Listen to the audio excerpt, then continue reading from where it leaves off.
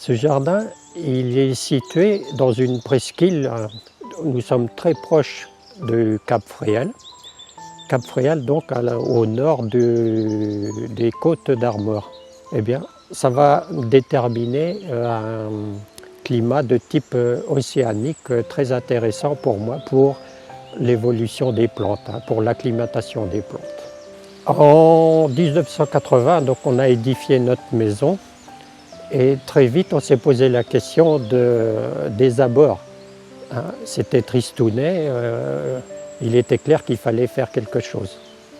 Et je ne suis pas du tout issu de ce milieu horticole ou paysage, donc j'étais confronté à un sérieux problème. Comment m'y prendre? Je me suis abonné donc à des revues, j'ai visité beaucoup de jardins, et puis je me suis mis à la tâche. Et très rapidement, j'ai trouvé ça très agréable et comme beaucoup de jardiniers, eh bien, j'étais pris par le système. Ce qui fait que je me suis agrandi au fur et à mesure des opportunités d'achat. Ça s'est produit par 2 fois et actuellement, donc, je travaille sur 2 hectares. L'idée ne vient pas spontanément. Le jardin mérite une réflexion. Et c'est à force de parcourir son terrain le matin, le soir, à différentes périodes de la journée et de l'année, eh bien que petit à petit, le cheminement, l'idée arrive, quoi. Et lorsque finalement j'ai ma page blanche, parce que dans tous les cas, à chaque fois, je suis parti d'un terrain qui était entièrement nu. À chaque fois, il a fallu se poser la question comment je vais le structurer. Je pars du principe que l'idée directrice, moi, c'est le cheminement. Je m'interroge en fonction de l'orientation des points cardinaux, en fonction des dimensions du terrain, longueur, largeur, etc. J'imagine le circuit qu'il y a lieu d'établir pour donner l'impression de se promener dans un jardin qui est très vaste. Le moteur pour moi, c'est de réaliser des perspectives. J'adore ces grandes vues qui se présentent devant vous et à chaque fois, on va donc découvrir des perspectives les unes à la suite des autres. L'impression, c'est qu'on circule dans une nature, somme toute, un peu aidée, mais qui n'est pas trop artificielle. Vous êtes aspiré par le point focal qui se présente devant vous. Vous dites ah ben, il va falloir que j'atteigne ce point-là. Lorsque vous allez l'atteindre, à ce moment-là, vous allez découvrir une nouvelle perspective et ainsi de suite, comme ça vous allez vous prendre au jeu. Ou alors, vous êtes situé dans une clairière qui permet de respirer parce que vous avez cheminé au préalable par des allées qui sont étroites. Et là, vous allez découvrir que, en fait, l'agencement des plates-bandes ne se fait pas au hasard. Vous allez trouver les grands volumes en périphérie et au fur et à mesure que l'œil se dirige vers le centre, vous voyez qu'il y a les dégradés petit à petit qui apparaissent.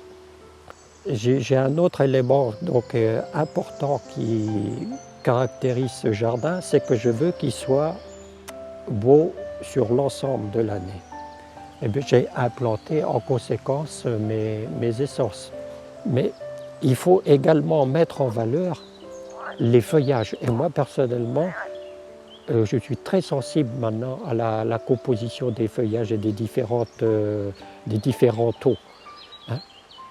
Et c'est ainsi que vous pouvez faire des contrastes entre des gris, des verts, des grosses feuilles, des petites feuilles, etc. quoi.